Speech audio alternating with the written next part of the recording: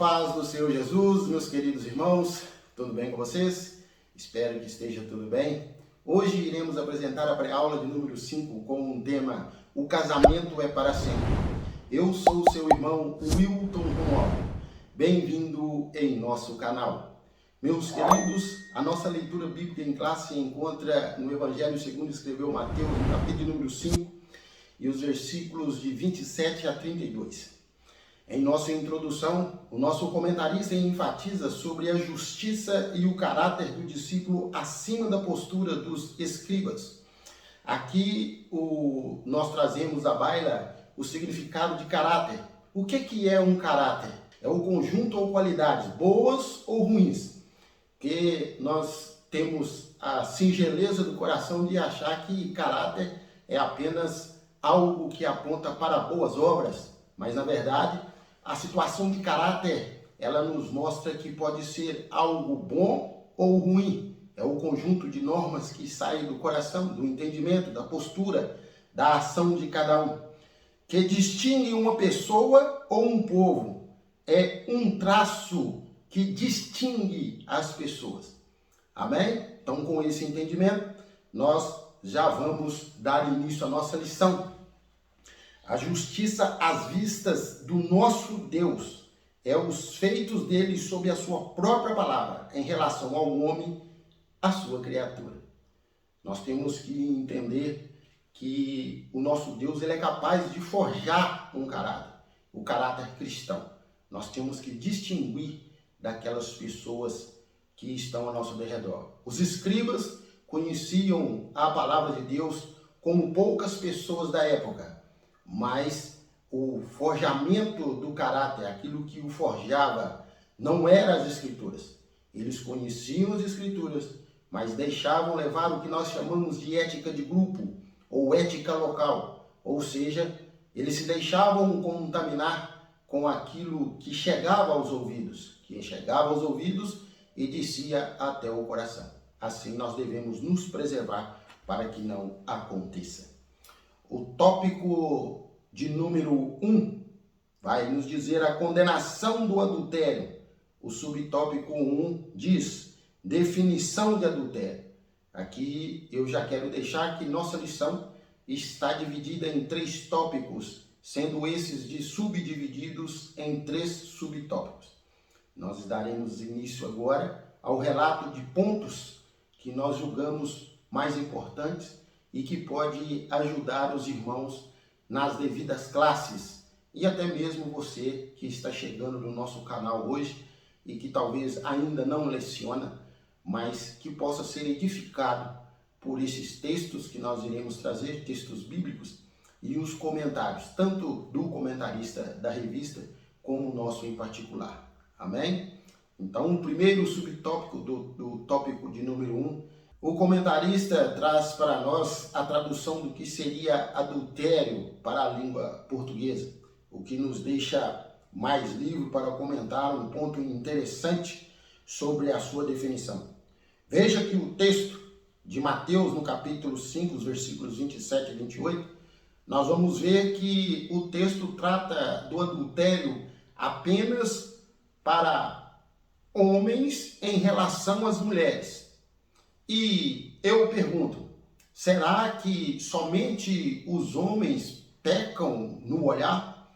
Somente os homens adulteram no olhar? Será que as pessoas do sexo masculino pecam sobremaneira no olhar? Eu creio que sim. Porém, não somente eles pecam. E os próprios textos bíblicos nos mostram e nos dão a ação. Nós temos que entender que esse escrito foi apontado para pessoas em uma época em que as mulheres não sequer eram contadas nas sinagogas.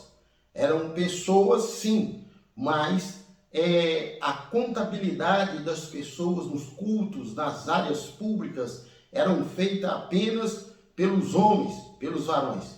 Então, nós temos que entender para que nós possamos fazer uma exegese não simplificada, mas um pouco mais aprofundada do texto. Quando nós viajamos pelos textos bíblicos, nós chegamos até Jeremias, no capítulo número 3, o versículo de número 8 e 9. Vamos fazer a leitura do texto. Viu também que dei a rebelde Israel uma certidão de divórcio e a mandei embora por causa de todos os seus adultérios. Entretanto, a sua irmã Judá, a traidora, também se prostituiu, sem temor algum. E, por ter feito pouco caso da imoralidade, Judá contaminou a terra, cometendo adultério com ídolos de pedra e madeira. Veja que, além do comparativo do adultério com a idolatria, o texto refere-se a Judá e a Israel, ou seja, o reino do sul e o reino do norte. Ela se refere na pessoa feminina, se fala com a pessoa das nações, do povo de Deus, na conotação feminina. Nós entendemos aqui que o adultério ou o pecado é inerente ao ser humano e não apenas a sexo, ao gênero. Então, nós temos que entender, quando nós voltamos lá em Mateus, no capítulo de número 5, e os versos de número 27 e 28, Jesus falava ali com aquelas pessoas dentro da cultura ética do momento, do local, localizada para aquelas pessoas. Mas nós entendemos que, na verdade, a definição do adultério não se há como fazer com um só sexo, com uma só pessoa. Nós adulteramos sempre com uma outra pessoa. E aí vem a meditação. Quando nós damos causa, seja homem, seja mulher, o pecado é o mesmo. Nós temos que entender também que nem sempre a culpa é das nossas irmãs, nem sempre a culpa é das mulheres. Às vezes vem do nosso próprio coração. Aquilo que está no nosso íntimo, aquilo que vem de dentro é o que nos faz pecar. Nós veremos um pouco mais adiante nessa lição.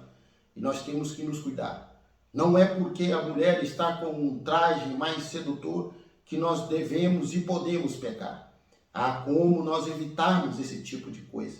Então nós temos que entender que a culpa não é de um e nem só de outro, mas a culpa é daquele que se deixa levar. E nós temos que tomar muito cuidado, porque também os homens fazem as mulheres adulterar. Sim, os homens fazem as mulheres adulterar. Nós temos por costume culpar apenas as mulheres, mas os homens também têm a sua parcela de culpa e devem vigiar, devem se mostrar prontos para servir o Deus, seja onde quer que esteja. Amém? O nosso segundo tópico vai dizer a posição de Jesus quanto ao adultério. Jesus sempre foi contrário ao adultério. E aqui eu quero ser bem claro, porque às vezes parece que a gente confundimos, as pessoas, mas quando eu falo de Jesus, é Jesus desde a eternidade passada. Ou seja, Jesus sempre existiu. E a gente pode constatar, eu sempre falo aqui no canal, o Evangelho segundo escreveu João no capítulo de número 1. E já no verso de número 1 e no verso de número 18, vai nos trazer a visão de a existência eterna do Cristo, porque ele sempre esteve com o Pai. Ele só não era revelado. Então, ele sempre foi contrário ao adultério.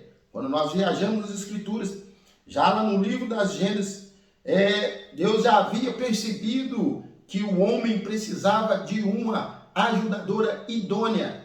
Não é qualquer pessoa que serve para estar do nosso lado.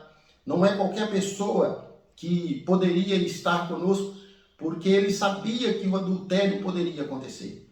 Nós precisamos de pessoas que somam. Nós vamos ver um pouco mais à frente. Quando nós chegamos lá em Gênesis, no capítulo de número 2, versículo de número 18 e 20, faremos a leitura.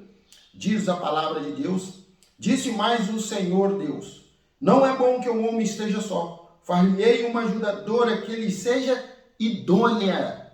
Verso de número 20. E Adão pôs os nomes a todo gado, e às aves dos céus, e a todo animal do campo. Mas para o homem não se achava ajudadora idônea. Eu quero dizer aqui, meus queridos irmãos, que quando da separação para o casamento, quando nós nos separamos, quando nós nos decidimos nos casar, não pode ser com qualquer pessoa. não pode ser com qualquer ser. A palavra de Deus mesmo é que diz desde a Gênesis, tem que ser uma pessoa idônea. Tomemos cuidado. Quando nós nos cuidamos para que unimos a pessoa idônea, a pessoa que tem a mesma visão, a mesma confissão de fé, se torna um pouco mais fácil a convivência e assim pode-se evitar o adultério no futuro, ou pode pelo menos nos ajudar. Quando nós nos unimos a uma pessoa idônea e principalmente alinhada com o nosso querer, alinhada com a nossa confissão de fé, tudo se torna mais leve, tudo se torna mais fácil, principalmente a convivência e a criação dos filhos, que é um dos pontos que atrapalha a vida conjugal. Quando da criação dos filhos, que há uma interferência ou um modo diferente de se cuidar, de se levar essa criação adiante. Isso pode se tornar algo prejudicial na convivência do casal e trazer, assim, o fim do matrimônio.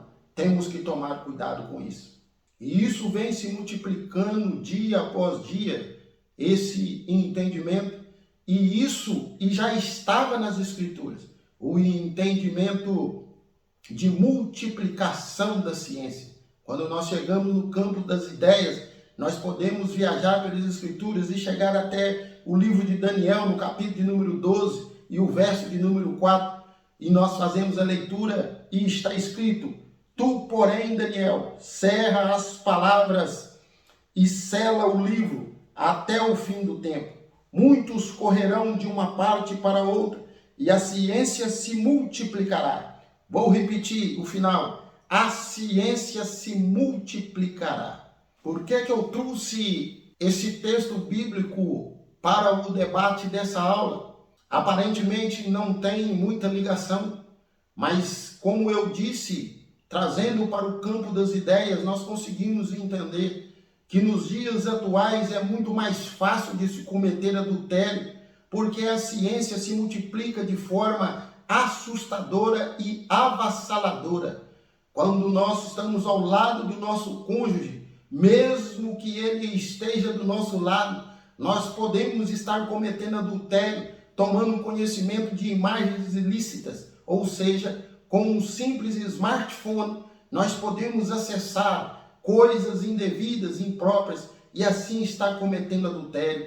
É o que nós temos que tomar cuidado. No livro de Daniel, nós já estávamos sendo alertados sobre essas coisas, e o nosso Deus já deixou para nós justamente para que nós possamos tomar conhecimento das astutas ciladas do nosso inimigo, o inimigo de nossas almas, que quer ver a sua família, a minha família, a nossa família destruída.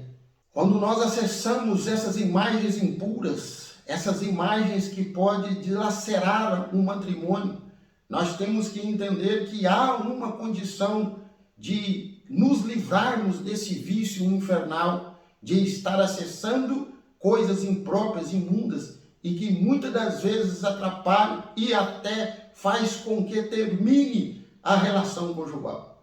Quando nós viajamos pelas Escrituras, nós chegamos até Filipenses, no capítulo de número 4 e o verso de número 8, diz as Escrituras: quanto ao mais, irmãos, tudo que for verdadeiro, tudo que é honesto, tudo que é justo, tudo que é puro, tudo que é amável, tudo o que é de boa fama, se há alguma virtude e se há algum louvor, nisto pensai. Quando você sentir a vontade de acessar coisas impuras, proste, ore, clame ao Senhor, pegue a sua Bíblia, encha de boas coisas, daquilo que edifica, leia algo que edifica suas vidas, leia algo que edifique a tua família, assim estará livrando do adultério e aquilo que faz separação da pessoa que Deus lhe deu por adjuntora, que Deus lhe deu por marido. Tenhamos cuidado. A ciência está por todo lado. Você pode tomar consciência de algo que edifica, mas também você pode tomar ciência daquilo que destrói. Eis a escolha. Amém? Assim nós encerramos o segundo subtópico E o terceiro subtópico do tópico 1 nos diz: os males do adultério. Quando nós começamos a meditar nisso, os males do adultério, nós já começamos a entender que lá no livro da Gênesis, já quando nós entendemos que o mal do adultério é um pecado, e um pecado que nos afasta do Senhor, que quando Adão e Eva traiu ao nosso Deus Todo-Poderoso, lá em Gênesis, no capítulo de número 3, e já no versículo de número 8, a Escritura diz: e ouviram a voz do Senhor Deus que passeava no jardim pela viração do dia, e esconderam-se Adão e sua mulher da presença do Senhor Deus entre as árvores do jardim. Quando nós pecamos, e principalmente o adultério, é uma forma de pecado, e um pecado, diga-se de passagem, grave, porque não só afasta-nos do nosso Deus, como também nos afasta das nossas famílias. E assim o Pai Celestial sofre, porque a família é uma instituição divina, é uma coisa sacra e que deve ser respeitada. E não se para por aí. Quando nós viajamos nas Escrituras, nós chegamos no livro de Isaías, no capítulo de número 59, já no versículo de número 2. A palavra de Deus vai falar que as nossas iniquidades fazem separação de nós e do nosso Deus. Quando nós entramos pelo pecado, seja qual for, mas aqui em especial o adultério é um dos males, porque nos afasta do Deus Todo-Poderoso e nos afasta da família. E algumas coisas mais aí já no campo humano traz um mal imensurável, porque quando chega no fato que é de se separar, de sair de casa, seja o homem ou seja a mulher, seja o varão ou seja a varoa, que decide deixar o lar, existe algo que é muito, mas muito maléfico no seio familiar, que é a tristeza dos filhos quando da separação.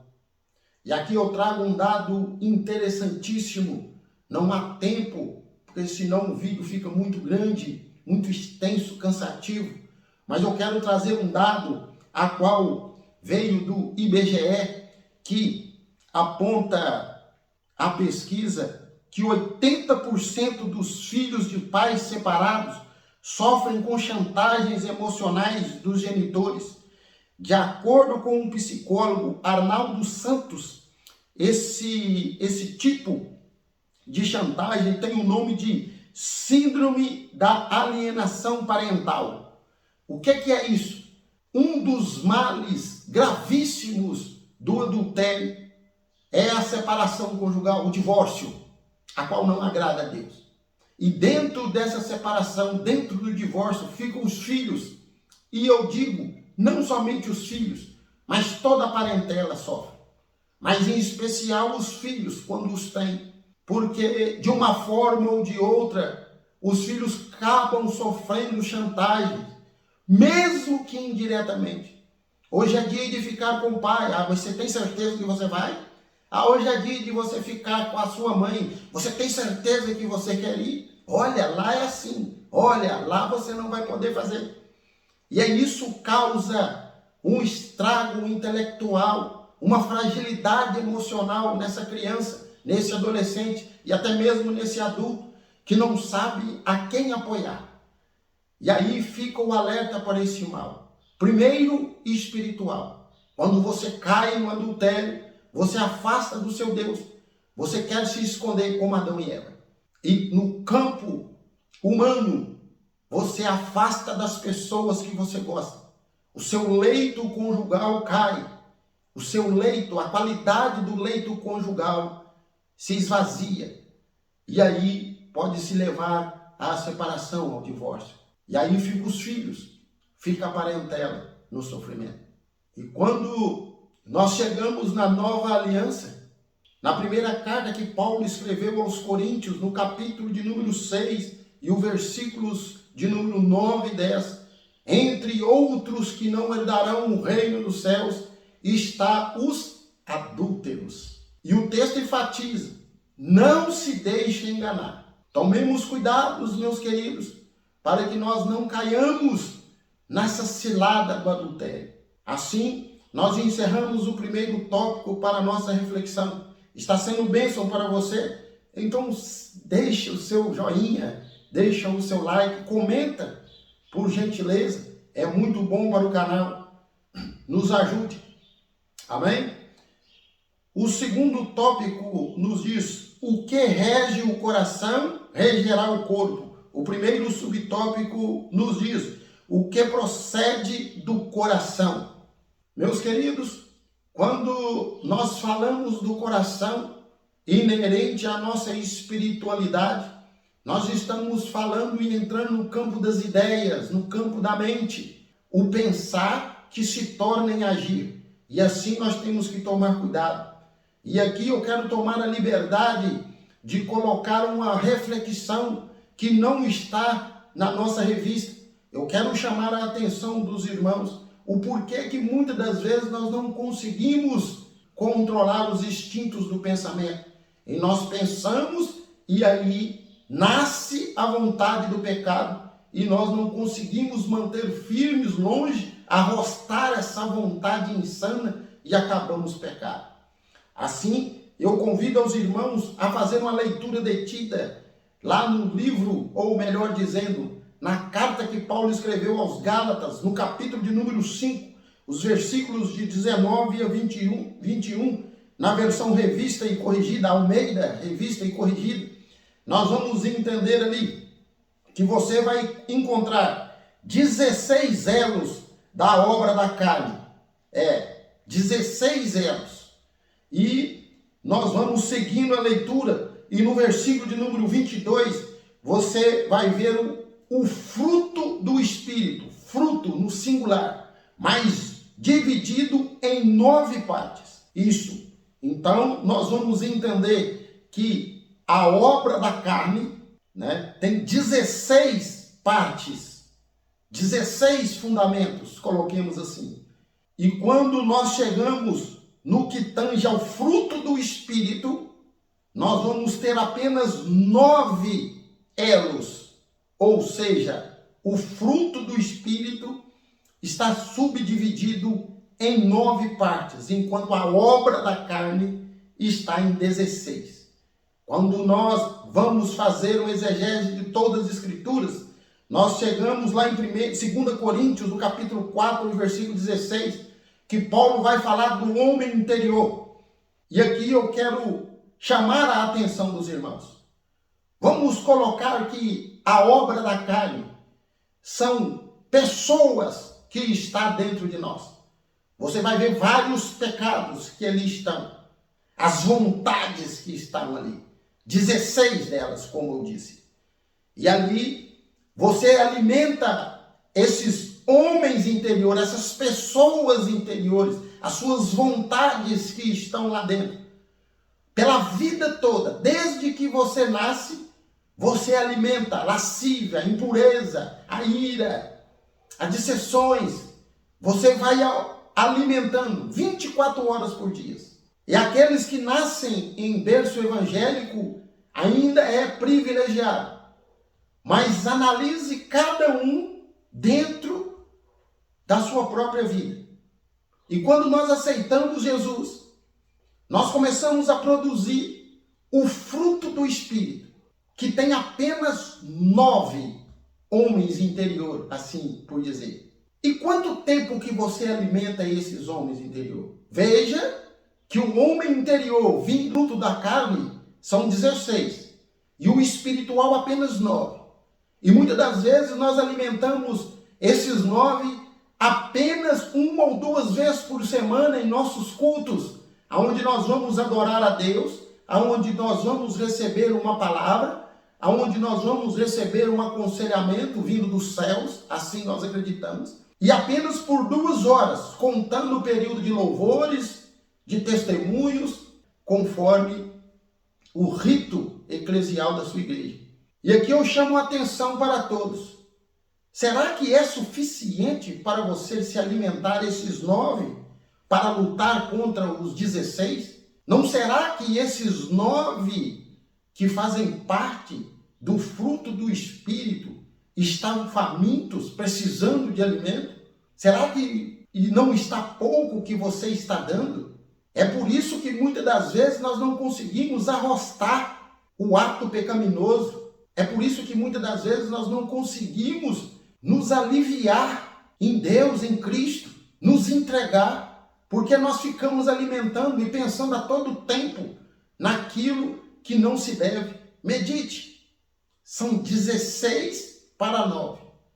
Mas para a nossa alegria, o Espírito sempre vence a carne se você der lugar. Porque o que rege, aleluia, o Espírito, o fruto do Espírito, o que faz o fruto do Espírito crescer em nós é o Espírito Santo de Deus. Deixa ele agir em tua vida. Mas para ele agir em nossas vidas, nós temos que alimentar e deixar a carne de lado e priorizar o que é espiritual. Amém? Assim, nós estaremos passando para o segundo subtópico do tópico de número 2, que diz: o homem é o que pensa. Aqui eu chamo a reflexão, porque os próprios textos bíblicos é que nos diz: o coração ele é enganoso. Quando nós chegamos lá em Jeremias, no capítulo número 17, os versos de número 9 e 10, nós lemos: enganoso é o coração, mais do que todas as coisas, e perverso, quem o conhecerá? Eu, o Senhor, esquadrinho o coração, eu provo os pensamentos, e isso para dar e cada um segundo os seus caminhos e segundo o fruto das suas ações. É maravilhoso o quanto Deus nos conhece. Ele sabe que aquilo que está em nossos pensamentos, na verdade, nos engana, é a carne branando. Na verdade, você sabe que não deve fazer, mas a sua carne pede e você cede. Isso é com todas as pessoas, meus queridos. E eu quero fazer um alerta, não tem idade. Às vezes nós culpamos muito os jovens, mas também nós que já temos idade, temos que vigiar, temos que olhar e temos que evitar certas coisas. O que nós estamos alimentando o nosso coração, o que nós estamos alimentando os nossos desejos, como nós estamos saciando a nossa carne, se é de forma santa ou de forma desprezível aos olhos de Deus. Porque Deus esquadrinha o teu coração, e o que nasce em nosso coração se traduz em obras. E nós temos que prestar atenção nisso. E o adultério começa na cobiça. Nós cobiçamos e aí nasce o desejo. E aí, se nós dermos lugares, não preencher com a vontade de Cristo, nós acabamos adulterando. E isso é mera vaidade. Na verdade, o adultério traz uma autoafirmação. Porque o que nós procuramos no adultério, queridos, e quando nós falamos de adultério, por excelência, nos força a vir para o casamento. O que você procura no adultério, você já tem em casa. Ou pelo menos deveria ter. Principalmente falando para cristãos, aqueles que conhecem as Escrituras. Se nós pensarmos, o inimigo de nossas almas apresenta aquilo que nós já temos, aquilo que é nosso. E às vezes nós não entendemos isso. E a própria Escritura nos fala sobre vaidade. Lá em Eclesiastes, no capítulo número 1, já no verso de número 2, a Escritura diz: vaidade de vaidade, diz o pregador, vaidade de vaidade, tudo é vaidade. De nada se leva do adultério, meus queridos. De nada se leva do adultério, a não ser mero prazer que você pode ter em casa, no seu leito conjugal. Basta ter um bom diálogo, uma boa conversa. E aqui eu já quero até antecipar os tópicos próximos. Se não tiver diálogo no casamento, mostre para o seu cônjuge os seus desejos, mostre as suas vontades, peça que lhe ajude em oração. Você que vai ouvir, cônjuge, seja homem, seja mulher, seja sábio em ouvir e ajudar o seu cônjuge, pois ele está crendo que você pode ajudar. Nós unimos para ajudar um ao outro. Assim tem que ser. E se não for assim, está errado. Quando nós entendemos tudo isso e passamos a praticar, o adultério fica um pouco mais longe, fica mais difícil de nos abraçar, porque na verdade o inimigo está te oferecendo algo que você já tem. Da mesma forma que você trabalha para adulterar, que você tem que abrir o seu smartphone, tem que mandar uma mensagem, você tem que cobiçar, você tem que conversar, você tem que dialogar lá fora. Faça isso em casa. Claro que tem parâmetros bíblicos para você saciar a sua carne no leito conjugal. O seu leito tem que ser santo, mas não precisa de se abster-se disso. A própria Escritura nos ensina. Então faça, gasta o seu tempo com o seu cônjuge. Sente com ele, converse com ele, dialogue com ele. Afinal, nós somos uma só carne. E você não consegue esconder parte do teu corpo, os seus desejos, porque todo o seu corpo sente. Ou você não sente quando o seu esposo, quando a sua esposa está um pouco distante de você? A gente não percebe? É o mesmo corpo. Espiritualmente, vocês são um só. Terceiro subtópico nos diz, sujeitando o corpo ao Espírito Santo. Nesse tópico, o comentarista nos diz que Jesus usou de uma hipérbole, um instrumento linguístico chamado hipérbole. É uma ênfase expressiva resultante do exagero do significado linguístico, é uma exageração, ou seja, Jesus exagerou ali para que nós possamos entender que ele está pedindo uma medida drástica para nos livrarmos. O texto que o comentarista usou é o de Mateus capítulo 5 e versículo 29. Ele está falando assim para a gente sair, para a gente fugir, para a gente conseguir arrostar o desejo sexual profano. Nós temos que tomar medidas drásticas. Ele fala assim, olha, se o seu olho está fazendo pecar, arranca-o e joga fora. O texto é literal, ele está falando, arranca o seu olho. Mas eu pergunto, quem tem coragem de arrancar o seu próprio olho e jogar fora?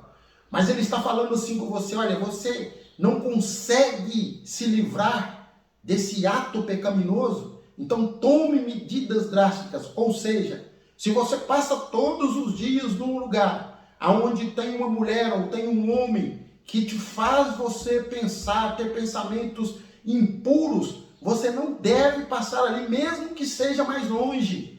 Você não deve passar ali. Irmão, mas isso aí é fraqueza espiritual. Sim, é uma fraqueza espiritual. E quando você está fraco, você não toma um remédio?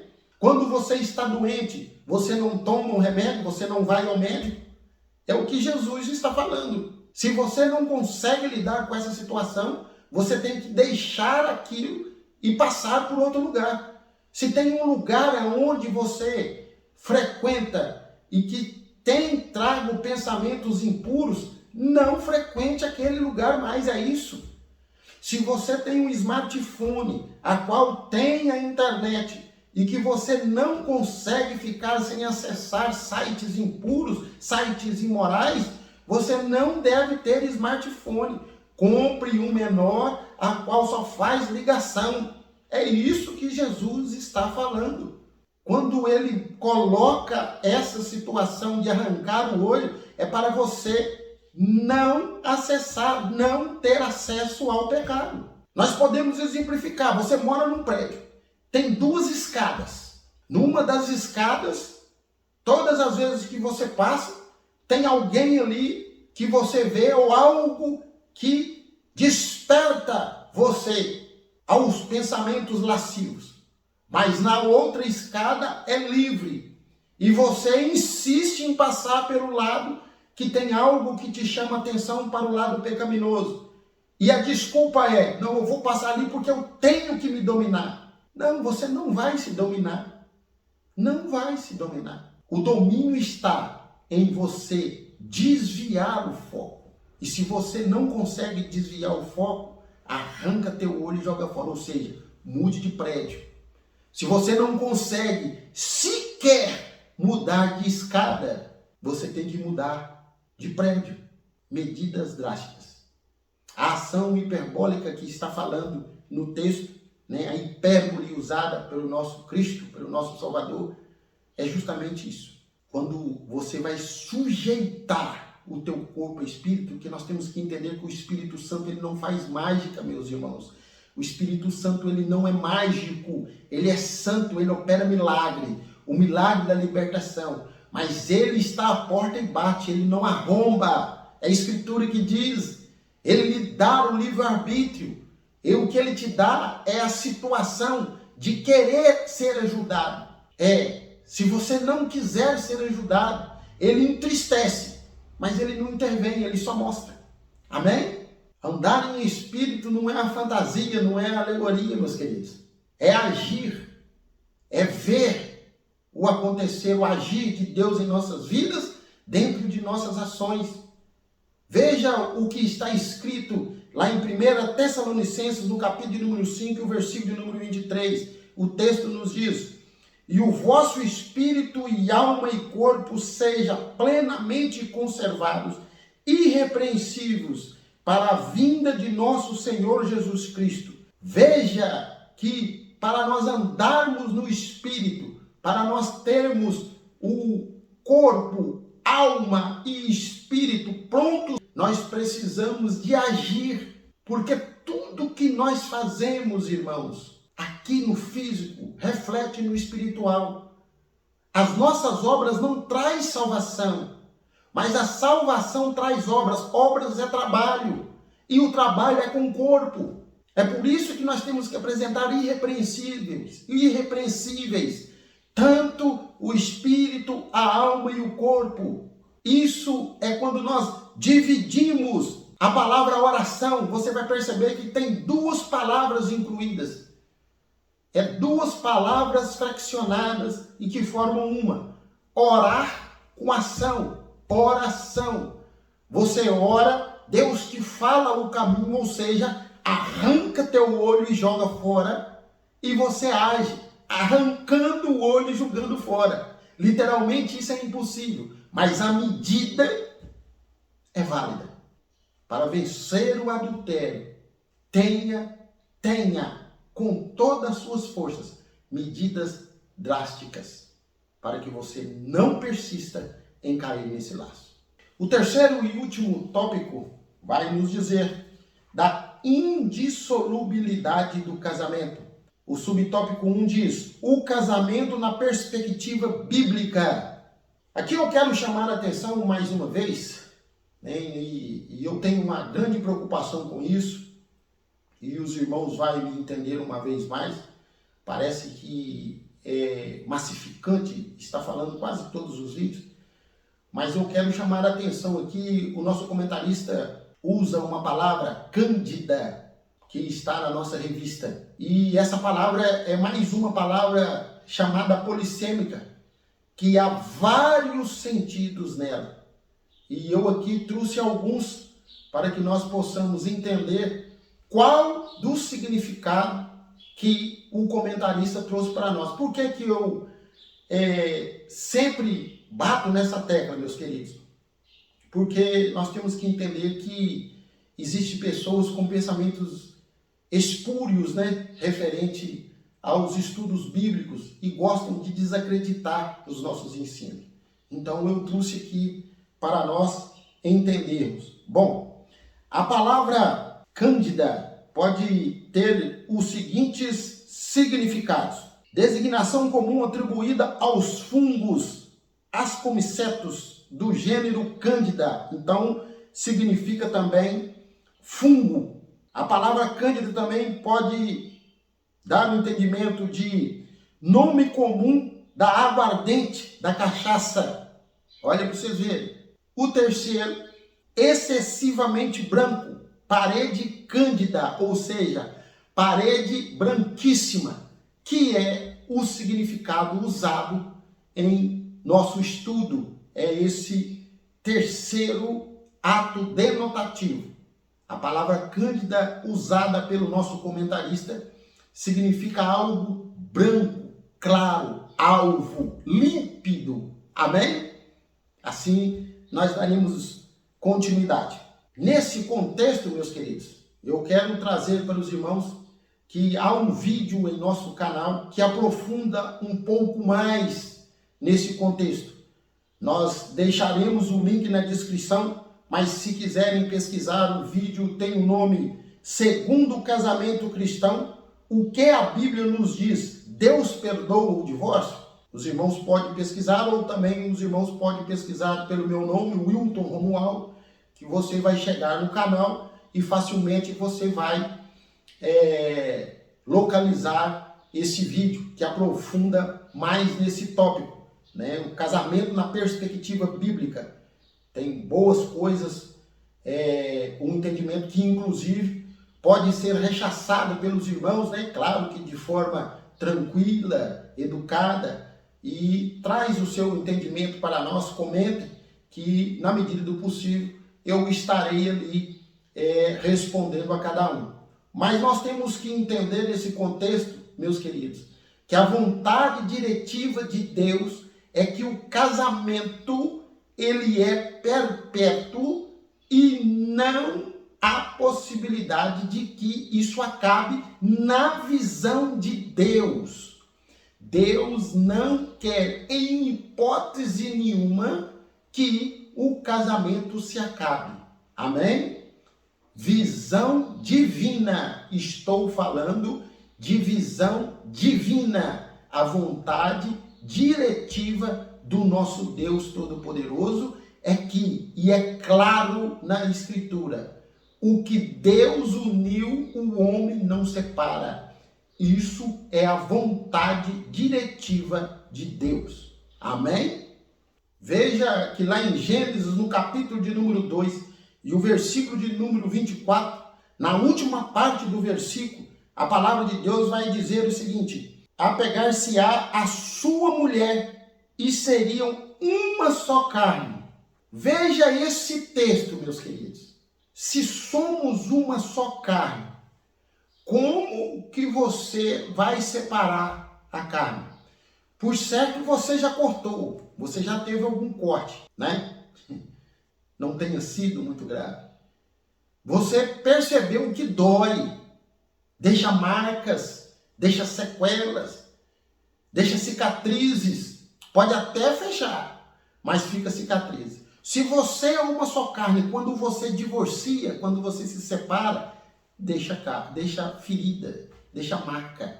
É a sua carne. É por isso que dói tanto uma separação. É porque está na Bíblia, mas às vezes passa de forma subliminar.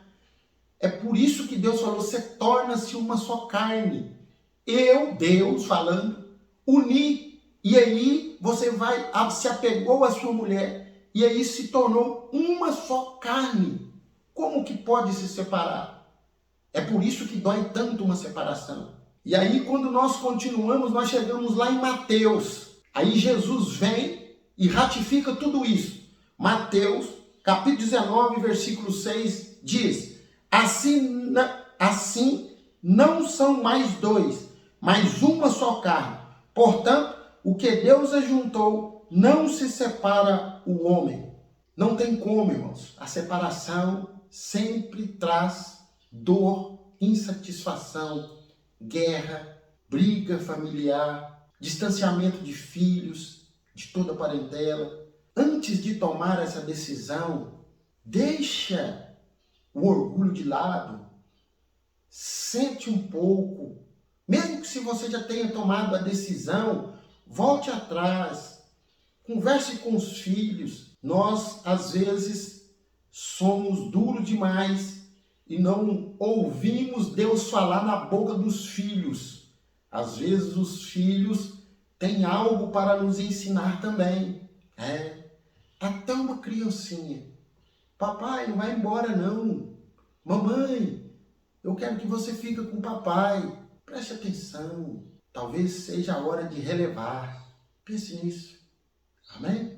O segundo subtópico diz: o que fazer para que o casamento seja para sempre? É uma pergunta. O que fazer? Eu aqui quero trazer uma breve reflexão rápida para nós entendermos o que nós devemos fazer. Tá? Primeiro, eu entendo que o casamento tem alguns pilares e que não tem como alicerçar um casamento fora desses pilares, que inclusive é bíblico. Primeiro, o casamento é heterossexual. Isso, para o mundo cristão, não tem como questionar e não tem como ceder a pressões. Heterossexualidade no casamento é o primeiro pilar. O segundo, a monogamia. O casamento é monogâmico, apenas uma mulher, apenas um homem, não dois, não três, não poliamor. Não está isso na Bíblia. E eu quero ressaltar de novo a vontade diretiva de Deus. Ah, irmão, mas tem nas Escrituras que, inclusive, heróis da fé, teve mais de uma mulher, teve várias mulheres. Eu pergunto, aonde que está na Bíblia que Deus permitiu ou mandou, melhor dizendo, eles ter mais de uma mulher? Porque desde lá de Gênesis, Deus fez Eva para Adão e colocou no singular, apegar-se-á a sua mulher. Não tem as mulheres. E aí me vem um homem e pega várias. A própria letra santa nos fala sobre isso. E todos serão cobrados. Todos pecaram, inclusive os heróis da fé. Amém? É por esse entendimento. E o terceiro, o casamento é monossomático, ou seja, nós nos somamos a outra pessoa. E quando nós nos somamos a outra pessoa, e aqui eu quero dar um pouco mais de ênfase, porque os outros dois já é bastante conhecido do meio cristão. Mas quando nós falamos que o casamento é monossomático, nós aqui entramos na parte de uma das partes em que atrapalha e chega ao fim do casamento. E o tópico vai falar de como fazer o casamento durar para sempre. Quando nós entendemos que o casamento é monossomático, nós entendemos que se nós nos somamos a outro, se essa pessoa faz parte do meu corpo agora, aquela pessoa que eu trouxe para estar comigo, eu tenho que entender que o sexo fora do casamento é pecado, o sexo antes do casamento é pecado, e a falta de sexo após o casamento também é pecado. E isso é uma das causas que faz com que ou a esposa, ou o marido, ou vice-versa, caia em adultério. Verdade seja dita, nós temos que entender isso. Ficar sem atividade sexual no leito conjugal, meus queridos, não é bíblico. Não é bíblico. No vídeo a qual sugeri para os irmãos, aprofunda-se mais nesse texto, nesse contexto, melhor dizendo. Então, preste bastante atenção nessa situação. Outro ponto que afeta muito a vida conjugal e chega a atrapalhar a eternidade do casamento, até o fim, é a falta de conversa e a percepção errônea de que conhecer, de que tocar, de que falar da intimidade com o cônjuge também é pecado. Mas eu quero trazer os irmãos a um conhecimento e medite bem nesses textos a qual eu vou estar falando para os irmãos. Quando nós chegamos lá em Cantares, capítulo de número 1, nós vamos ver a esposa relatando o que lhe agrada do esposo. Bíblia, irmãos, é Bíblia. Então você pode falar dos atributos do seu marido com ele. Você pode falar o que agrada. Você deve falar, conversar, irmãos. Eu vejo muitas pessoas falar apimentar o relacionamento, buscar coisas fora, coisas espúrias fora para trazer para para o lar, trazer para o leito conjugal, o leito santo. Não precisa, irmãos. Deus já fez tudo, está tudo lá. O que precisa você usar, Deus já fez, já colocou tanto no homem quanto na mulher e te deu de presente para você se deleitar. E aqui depois nós podemos chegar no capítulo de número 3 do mesmo livro, o versículo de número 6, né? Nós vamos, versículo 6 em diante, nós vamos ver o esposo demonstrando sua atração e amor pela esposa. Você também, varão. Tá bonito, fala. Olha, deleite com o que Deus colocou na tua frente. Ah, irmão, mas o tempo passou. Varão, é seu. Você deleitou na tua mocidade e não morreu ainda, então dá tempo. Fala dos atributos, mostra, conversa, seja claro. E outra coisa, irmãos, esse tipo de coisa não é na hora que vai deitar, não, começa de manhã, uma mensagem. Eu falei antes aqui, às vezes o inimigo coloca em nossas mentes, quando nós estamos com a cabeça pecaminosa, carregada de coisa que não presta, você gasta tempo para adulterar, você manda mensagem, você corteja, você olha, você torna a olhar. Faça isso com a sua esposa, faça isso com o seu marido, faça isso. Você tem em casa, amém? E é bíblico, eu estou mostrando aqui. E quando nós chegamos lá em Cantares, no capítulo de número 5, nós vamos ver a esposa se fazendo de difícil. Olha o jogo, olha o joguinho de amor que tem aqui. Mas ela não só finge, porque depois ela se entrega ao marido. Oh, meus irmãos, tenha intimidade com a esposa. Oh, esposa, tenha intimidade com o seu marido. Quando você vai tomar banho, você não cuida de todo o corpo. O casamento é monossomático, vocês se uniram. Faça isso com seu esposo, faça isso com a sua esposa. Cuide do corpo, o corpo Deus te deu, é seu. Veja o que fala lá em 1 Coríntios, no capítulo de número 7, e o verso de número 4. A mulher não tem poder sobre o seu próprio corpo, mas tem o marido. E também da mesma maneira, o marido não tem poder sobre o teu próprio corpo, mas tem a mulher. Veja que é a Escritura que fala, que nos mostra que nós possamos interagir os nossos corpos. É Deus que deixou. E aí muitas das vezes nós deixamos de interagir com o que é santo, com o corpo santo que Deus nos deu para desfrutar, para cairmos em adultério. Olha que loucura. E assim, se nós procedermos dessa forma, por certo nós teremos um casamento duradouro. E quando chega no ponto em que não tem mais jeito, meus queridos, nós temos que tomar cuidado, porque às vezes nós guardamos ressentimentos um do outro e chega num patamar que nós já não conseguimos mais resolver sozinhos. E se você não consegue resolver sozinho, você deve procurar ajuda antes que tudo acabe. Mas não é com qualquer pessoa. A palavra de Deus, isso é bíblico, irmãos. Se você tem um problema, seja de qualquer ordem, nós temos pessoas que podem nos ajudar. Porque às vezes quem está de fora consegue nos orientar melhor. Mas eu quero pedir a todos aqueles que vão procurar essa ajuda, ouça tudo, mas depois olhe se aquele conselho está embasado nas Escrituras.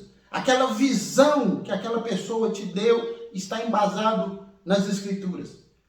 Eu falo porque isso é bíblico, irmão. Se você está com um problema, principalmente na seara conjugal, a palavra de Deus é que fala conosco. Quando nós chegamos lá em Romanos, no capítulo número 12, o versículo de número 13, nos diz: comunicai com os santos nas suas necessidades, segui a hospitalidade.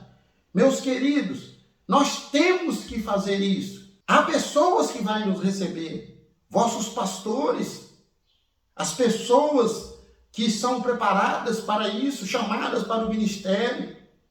Entrega para eles, mas veja bem, faça como está nas Escrituras. Mas não se deixa levar também por raposas, Preste atenção.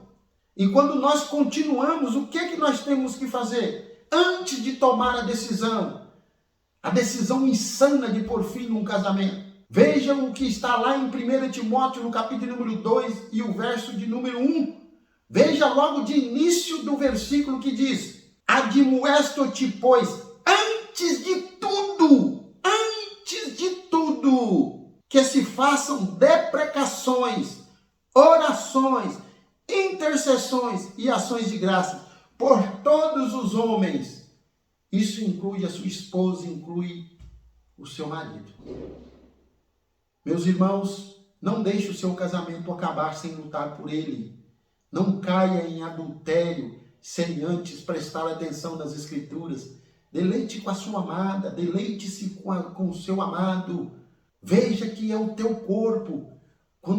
Por isso que dói tanto o adultério, irmãos. Porque na verdade o adultério, quando a gente toma conhecimento de um adultério, a gente vê as pessoas sofrendo, e aí quando a gente vai para as Escrituras que a gente entende o porquê que está sofrendo. É porque mexeu com o nosso corpo, com o nosso próprio corpo. Você vai entender isso porque que você vê quando um varão, está na rua e um outro mexe com a esposa dele e ele se ira de uma forma até irracional. É porque está mexendo com o corpo dele. Não deixe o seu corpo esvair dessa forma. Lute por ele. Amém, meus queridos? O terceiro e último subtópico nos diz: casamento, uma união indissolúvel. Há vários entendimentos a respeito da união e divórcio na nova aliança e um novo casamento. E por certo, o comentarista tem certa razão. Porém, devemos, além de expor a vontade suprema de Deus, que é, sem margens de dúvida, a vida a dois sem sombras do divórcio, devemos também gastar nosso tempo em verificar como tratar os que assim já estão. Por que que eu trouxe e fiz questão de ler esse pequeno resumo, meus queridos? Porque o comentarista fala do gasto de alguns exegetas que procuram explicação de trazer e explicar sobre o divórcio. E eu creio que ele está com a razão, mas também nós temos um outro lado. O casamento é indissolúvel e é a vontade soberana do nosso Deus, sim. Mas como nós vamos tratar aqueles que já estão assim? Nós vamos simplesmente deixá-los sair da igreja? Nós vamos simplesmente acusá-los que eles não têm salvação? Que não pode ser dividido? Eu tenho plena consciência disso. Mas como foi tratado com os nossos patriarcas? Como é tratado e como deve ser tratado nos dias atuais? Primeiro, eu quero trazer para os irmãos o que está lá em Mateus, no capítulo 28, versículo 19 e 20. O texto nos diz que é para nós pregar o evangelho, ensinar, e ainda severo, ensinar todas as coisas que vos tenho ensinado. Ou seja, Jesus falando para os discípulos da época: olha, prega e ensina tudo que eu te ensinei. Um dos deveres da igreja para mostrar é que o casamento é indivisível. A palavra de Deus fala para nós ensinar, não fala para nós acusar. Entenderam? Então, nós temos que ensinar que o casamento é indissolúvel aos olhos do Senhor. Deus nos separou para ensinar e cuidar das almas. Quando nós chegamos lá em Atos, no capítulo número 2, e o versículo de número 46, o texto vai falar que um cuidava do outro. A igreja primitiva, um se cuidava do outro, vendia até o que tinha para cuidar um do outro. Então nós temos que cuidar do pecador, mas não esquecendo de ensinar. A igreja foi levantada para ensinar o que Cristo nos deixou e para cuidar um dos outros, não para acusar. Amém? Em Gálatas, no capítulo número 6, o versículo de número 2, diz: levai as cargas uns dos outros, e assim cumprireis a lei de Cristo. Vejam o que o texto nos diz. levar a carga uns dos outros. Ah, irmão, então nós vamos ter que assumir o divorciado. Não, irmãos, mas nós não devemos acusar, nós devemos ajudar essa pessoa a se readequar à situação, a manter-se firme diante de Deus para que não perca a salvação. Não aceitar a banalidade do divórcio como está hoje. Não trazer para a igreja um ensino errôneo que se pode divorciar. Não, Cristo nunca disse isso. Mas o que nós não podemos deixar passar em brancas nuvens, que tem essa situação no seio da igreja. E por que eu falo isso? Porque é o mesmo Jesus que disse que o que Deus uniu não separa o homem, a mesma letra santa que diz isso. Quando nós chegamos lá em Mateus, no capítulo número 12, o versículo de número 31, diz o texto: por esse motivo eu digo a vocês, todo pecado de blasfêmia serão perdoado aos homens, mas a blasfêmia contra o Espírito não será perdoada. Então nós não somos juízes. É o texto que diz, próprio Jesus dizendo que somente esse pecado não é perdoado. Mas nós temos que ensinar que para perdoar-se um pecado tem que haver-se o arrependimento. Então não é banalizar, mas é viver a Escritura. Amém, meus queridos? Curta, compartilhe esse vídeo, deixe o seu joinha, se inscreva no canal, muito nos ajuda. E lembre-se, não tome tudo por verdade absoluta. Seja como os nossos irmãos que viveram em Bereia. Ouça tudo com avidez, mas depois venha para as Escrituras e veja se isso é mesmo assim. Deus nos abençoe, a paz do Senhor Jesus.